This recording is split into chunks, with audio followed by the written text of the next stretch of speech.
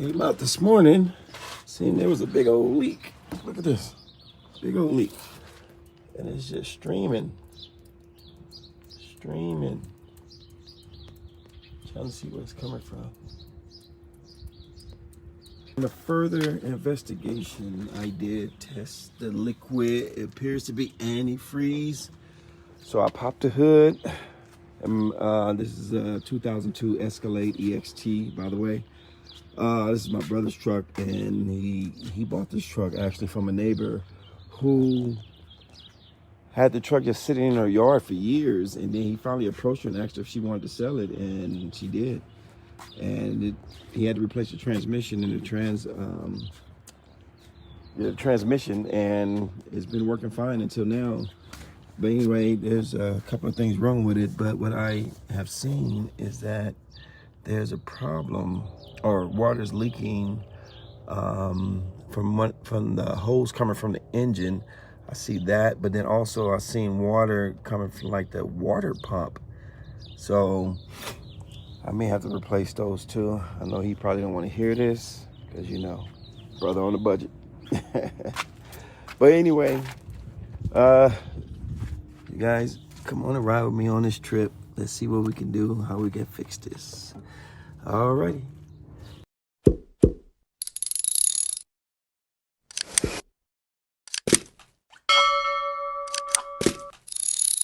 The reason I'm even doing this video is not because of the leak we have at, oh wow, look at that, there's a leak right here too. Not because of the antifreeze. It's because of all this. This is the reason why we're even doing this morning, this repair. So his original one is leaking really bad, and actually it's not even leaking. I think it's stripped. It's just knocking. Like if he tries to turn, it just makes weird noises. So I'm gonna replace this. I actually need to get my jacks in place. I'm doing it right in front of my house. Wish I had a garage with a lift to work from, but you know, we gotta do what we gotta do. He took his rims off. He had some 26s on there, then he had some 24s on there. Turned out that they may have been the culprit to why he was having the issues. I don't know, but he took them off. Anyway, let me get set up and I'll get right into it. All right, so I finally got myself in place. I had to get a number 11 wrench. See if I can break this. Get this union off. Get this.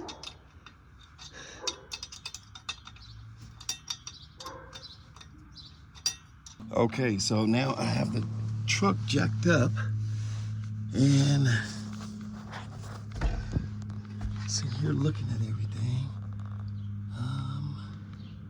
There's a major leak. You see all this oil going from the front to the back, and he did tell me when he was driving how he seen a puff of smoke. So something definitely leaked out of here.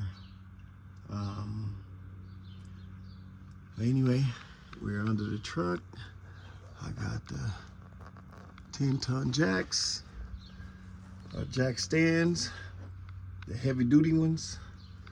I got them out ready to go. Got my jack stands on my jacks on the side. I guess now we go ahead and start taking off the drive shaft. All right, here we go. All right, so now I've moved to the back. I've already started taking off bolts. So now I'm gonna it's kind of hard doing this with one hand. So I'm gonna get the drive shaft off.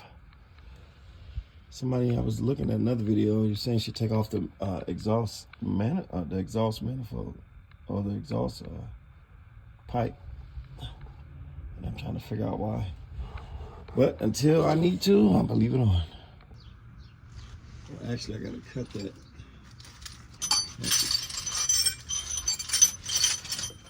Yeah, that one actually has to be cut in order for me to get it out. Oh. But I should be able to turn it.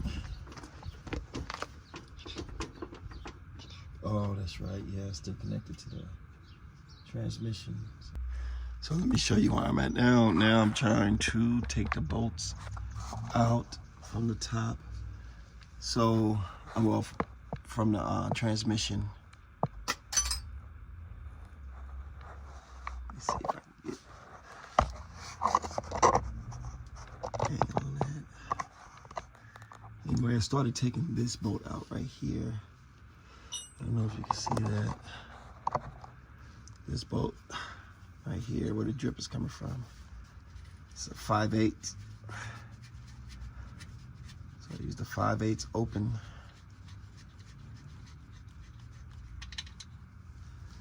This one.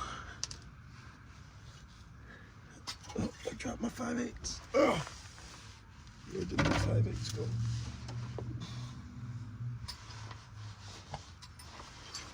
All right.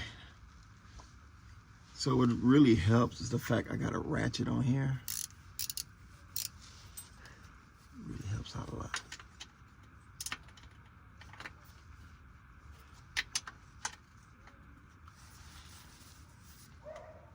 The whole thing is you don't have that much space to do anything.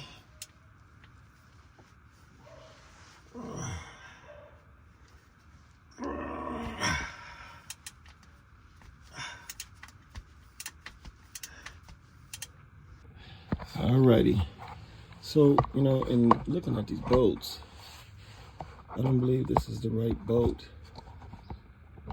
for this. You know, try to get the right camera in.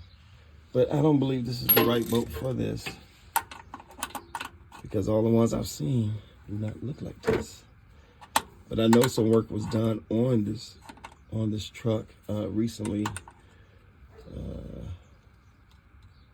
Let's see if we have any fluid in here.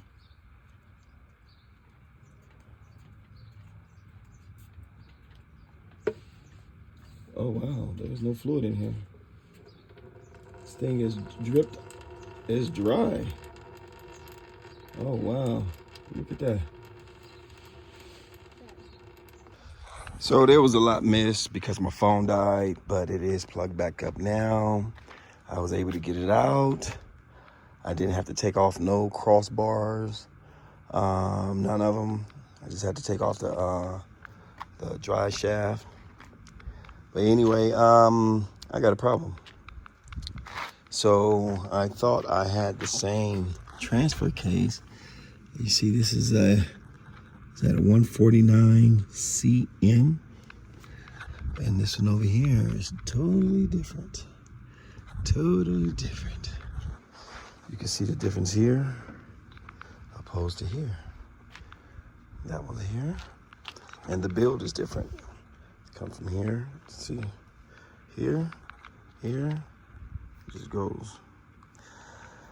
So, with that being said, I have to go, oh, matter of fact, this here. Notice that, too. It's not there.